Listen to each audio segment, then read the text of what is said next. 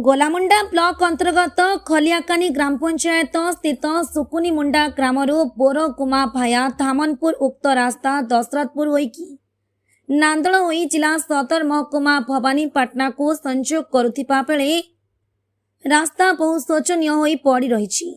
दीर्घ 3 वर्षरू अधिक हेब ए रास्ता आरटी विभाग तरफ मुख्यमंत्री सड़क योजना रास्ता निर्माण हेबा कथा किंतु ए पर्यंत हेई पारिनी।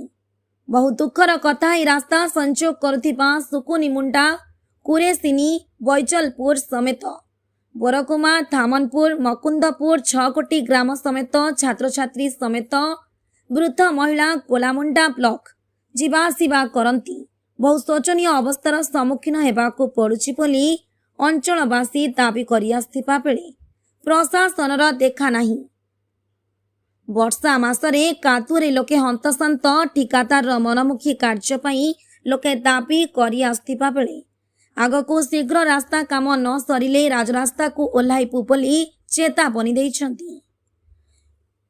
गोलामुंडा ब्लॉक रू टिकेलाल नायक रिपोर्ट ओडिशा हाइलाइट समाचार।